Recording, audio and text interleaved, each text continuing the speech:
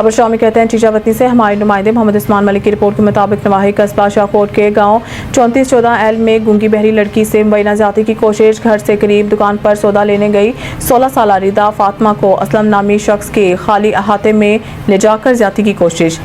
देर होने पर मुझे तशवीश हुई तो दुकान की जानिब गई। रास्ते में खाली हाथे में लड़की के चीखों पुकार सुनकर देखा मुलजिम ज्यादती कर रहा था।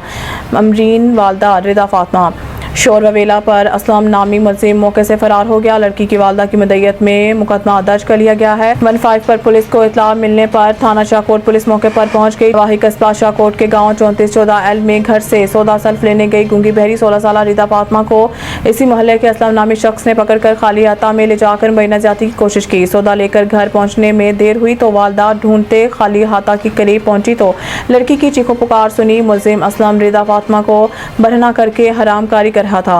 वालदा के मुताबिक मेरे शोर ववेला पर मुलजिम मौके से फरार हो गया।